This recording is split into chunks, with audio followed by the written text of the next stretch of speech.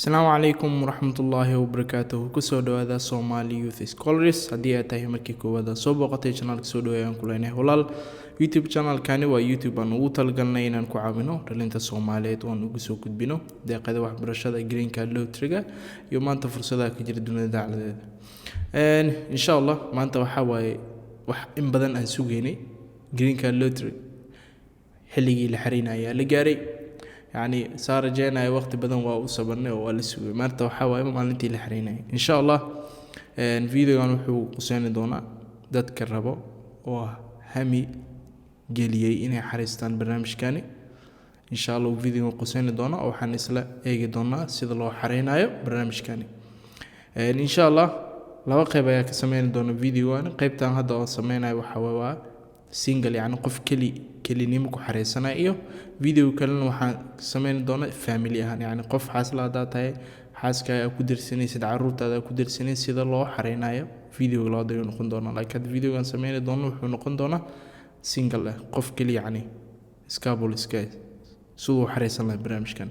insha Allah then hadda waxaan isla eegaynaa sida loo buuxinayo formkani waxa booqanaysaa markood website-ka leedahay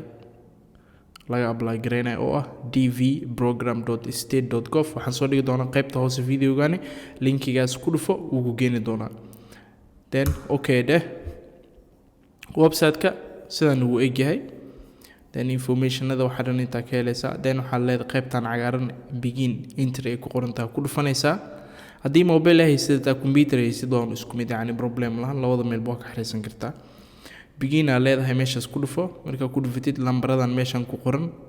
qor sidoo kale meeshan 5UB366U then okay submit then we know below then waxa iska fiirsaa walaal si saxan iska hoo meeshan magacaan waxaan ay gelinaysid iyo magaca baasaboorka kugu qoran isla hada meesha ku qoran last name yani family name yani baasaboorka magaca ugu dambeeya ka soo qad magaca waxa waaye Abdullahi Ali Yusuf magaca ugu dambeeya waxa markuu waa Yusuf geli first name ka waxa waaye Ali ka bilowna Ali geli middle name ka marka baasaboorka wax kugu qoran magaca koobaad magaca labaad magaca saddexaad sida yihiin geli meeshan hadda waxa aragtay inta saddexda meel oo banaan then waxa ku bilowday kan magaca koobaad kan waxa ku bilowday magaca labaad kan saddexaad marka qaldo iska fiir iska akhri wax meeshan waxa waaye last name kee waxa waaye aniga ka soo qaad Ali first name kee waxa waaye Yusuf waaye middle name kee waxa waaye Abdi waaye then maxaan ahay rag iyo dumar waxa tahay waxa ay dumar yani waxaan ahay nin rag male hadii aad dumar tahay waxa dhahdaa waxaan ahay dumar oo female then male aniga male baan ahay xilliga dhalata birthday xilliga dhalatay geli sidoo kale baasaboorku ku sheegay bisha dhalatay taariikhda iyo sanadka bisha dhashay waxay ahayd bishii shanaad taariikhda oo ah taariikha 8 2000 ayaa dhashay city where you were born magaalada ku dhalatay magaalada ku dhashay waa Muqdisho ku dhashay country where you were born wadankaas sidoo kale ku dhalatay waa Soomaali geli meeshaan yani yeesteeda haato waxba taan adiga waxa waaye mid ku khusaysan midaan iska daa qaybtan baasaboorkimo then baasaboorkino isku mid qaybtan waxa gelinaysaa magacaaga last name kaaga first name kaaga iyo middle name kaaga magacaaga u dambeeyo magacaaga koowaad iyo magacaaga dhaxda ku jiro marka magacii koowaad muxuu ahaa magacii last name kii ugu dambeeyo muxuu ahaa Ali uu ahaa first name kii wuxuu ahaa Yusuf ayuu ahaa middle name kii Abdi ayuu ahaa okay passport number kii aan geliyo B00898976 passport number kii sidaas buu ahaa passport number ka sidoo yahay iloomin geli sidoo kale passport fake dad ku xareysana ku tashan doono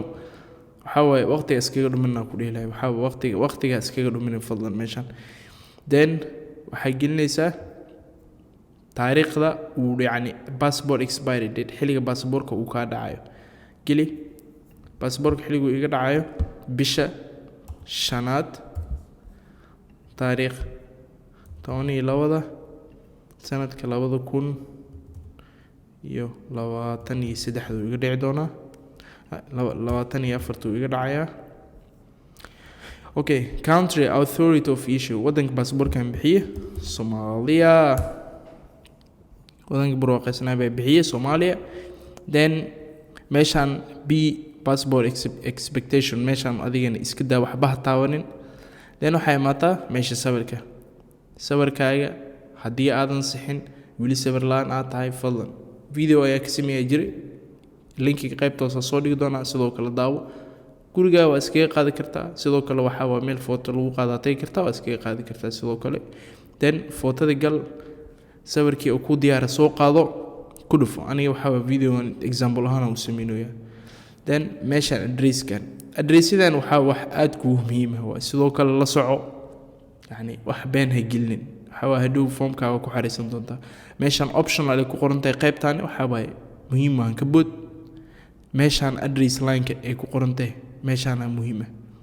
Then address fudud iska geli meesha digantay waxa diganahay Taleex kilometer 4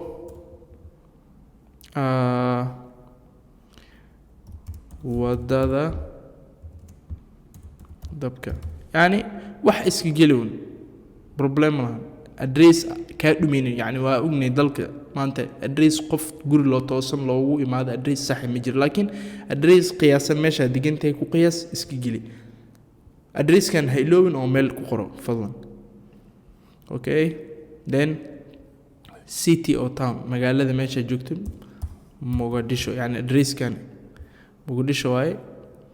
and district country province state ka joogna waxa way Mogadisho yani Banaadir way. Postal code kan waa 252 waa gelinaysa yani zip code iska daa waxa way postal code furaha Soomaaliya dalka geli. Then country address kan yani Soomaaliya wada ma Somali de. Okay, country where you live today fadlan ma meesha ku nooshahay meesha sheeg meesha sidoo kale hadii yani aad ku nooshahay maybe Ethiopia maybe Kenya maybe Turkiga geli meesha ku nooshahay yani Somali ha gelin meesha hadaan Somali ku nooleen been ha sheegin ka soo qaadana waxaan ku noolahay Poland baa ku noolahay yani. Okay, waxa xiga telephone number waxa telephone number isticmaashadu iska gali yani problem ma lahan 252 616 955667 isticmaala email ku soo hor email waxa gelisaa email fudud oo ka dhumeynay sidoo kaleeto yani oo hadhow DV lottery marka ku soo baxo oo ku muhiim yani emailka in ay dib u isticmaashado waxa way aad ku anfici doona sida si fiican ula soco. Then emailkii ay gashanayna waxa leedahay abdi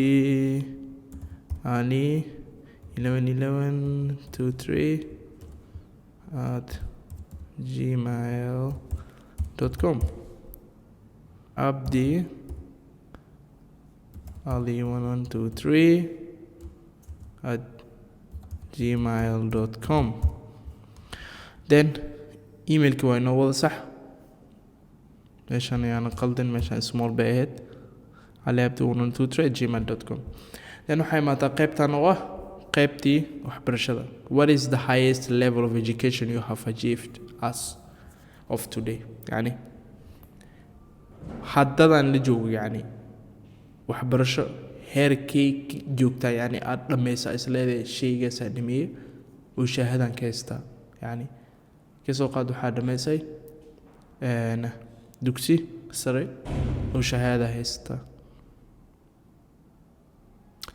ka soo qaad waxa waaye dugsi sare ayaad dhameysay oo waxa haysta shahaado dugsi sare oo xareysan kartaa waxa ka soo baxday vocational school shahaadooyin ka haysta oo ku xareysan kartaa jaamacada soo dhameysay shahaada ka haysta oo xareysan kartaa master degree soo dhameysay oo ku xareysan kartaa. intaan hada waxbarasho aadan soo intaan waxbarasho yani hadaanan yani aadan helin yani aadan haysan waxbarashada haysan at least waxa laga baahan yahay 2 sano oo shaqo ah inaa soo shaqaysay oo shaqada qabatayna shaqo ay tahay yani